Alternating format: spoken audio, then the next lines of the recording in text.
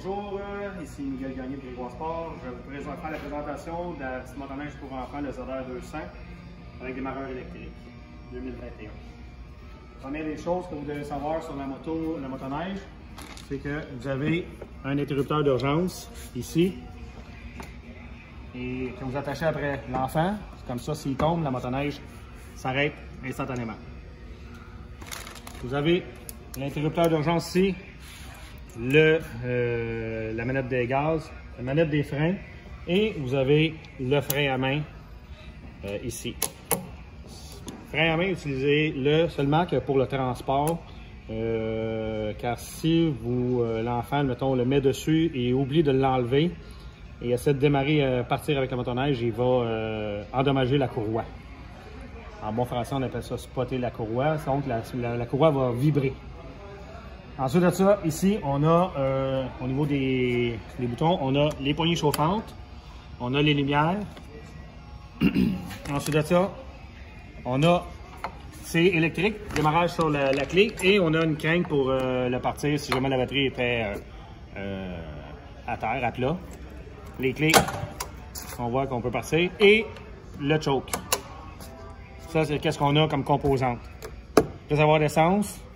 Ça marche à l'ordinaire. Moi, je vous conseille de le rouler au super pour ce petit véhicule-là. Mais ça peut fonctionner avec d'essence ordinaire. Chose importante qu'il faut savoir, c'est sur les manettes de gaz, on a une torque switch qu'on appelle. C'est que si vous voyez, quand j'appuie sur l'accélérateur, ça bouge un petit peu ici et on entend un petit déclic qui se fait. Ça, c'est pour pas que la motoneige puisse avancer ou démarrer si le gaz est collé sur la motoneige. Des fois, par exemple, en cas que la motoneige il neige ou il y a un petit peu de neige fondante ou de pluie, ça se pourrait que ça fasse l'effet inverse. Ça veut dire que la switch soit collée et quand vous venez de le démarrer, il ne démarre pas. Donc, peut-être jouer un petit peu avec la switch pour s'assurer que, avant d'appeler le concessionnaire et dire que votre motoneige ne démarre pas, s'assurer qu'ici, on entend le déclic se faire. Chose importante. Ensuite de ça, si on ouvre la cabine, si le jeune s'amuse dans beaucoup de neige poudreuse, on peut aussi mettre des petits moustiquaires ou bien des tapes pour bloquer les trous pour empêcher la neige de rentrer dans la cabine. Chose très simple, c'est que de ce côté-ci, filtreur à air, la batterie, et c'est des petites batteries, donc ça n'a pas 1 an de garantie sur la batterie, c'est garanti une saison. Donc pendant la saison morte, ce qu'on vous conseille, c'est de prendre la batterie et la mettre sur un chargeur. Chargeur intelligent, vous avez même une prise pour un chargeur intelligent qui est fourni. Donc vous achetez un petit chargeur intelligent, mettez votre batterie sur la charge tout l'été. Ça va générer du courant dans la batterie et votre batterie va être encore bonne à l'hiver prochain.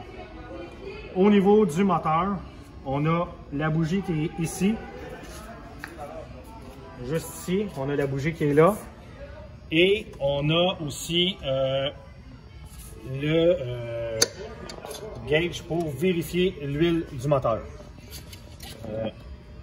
Pour ce qui est de la courroie, très simple.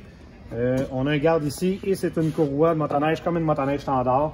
Donc, ce qu'on peut, on peut compresser la clutch pour réussir à changer la courroie si jamais on avait abîmé la courroie.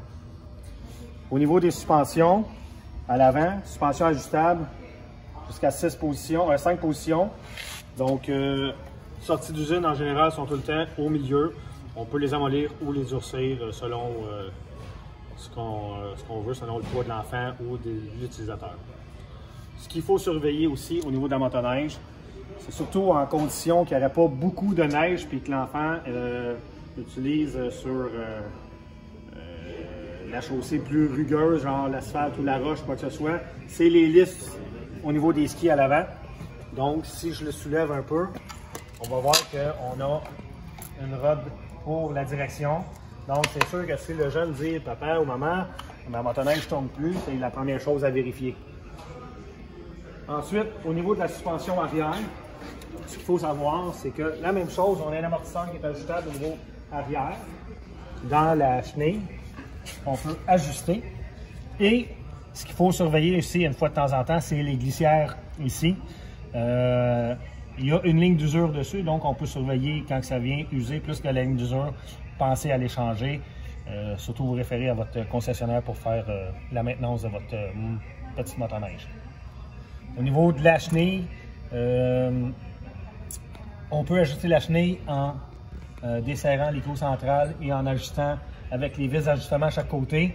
Toujours que si je fais un demi-tour ce côté-ci, je fais la même chose de l'autre côté pour s'assurer que la chenille est ajustée égale de chaque côté. Ensuite de ça, sur le motoneige, vous avez la lumière à l'arrière, lumière à frein pour sécurité. Et ce qui complète pas mal le tour. Je vous dirais qu'au niveau de la première maintenance, calculée à peu près une dizaine d'heures d'utilisation, on va changer les huiles dedans. Et après ça, généralement, une fois par saison, on va faire un tune-up complet de la motoneige pour s'assurer que tout est parfait sur la motoneige pour pas que l'enfant ait des problèmes pendant l'hiver et qui trouve ça dur de ne pas avoir sa motoneige pendant une semaine ou deux à cause qu'elle est en réparation. Donc, s'assurer d'avoir une bonne maintenance sur la motoneige. Si vous avez des questions, toujours vous référez au département de service de Grégoire Sport ou à votre conseiller des ventes, mais le département de service est le meilleur endroit pour vos informations techniques sur votre motoneige. Merci beaucoup.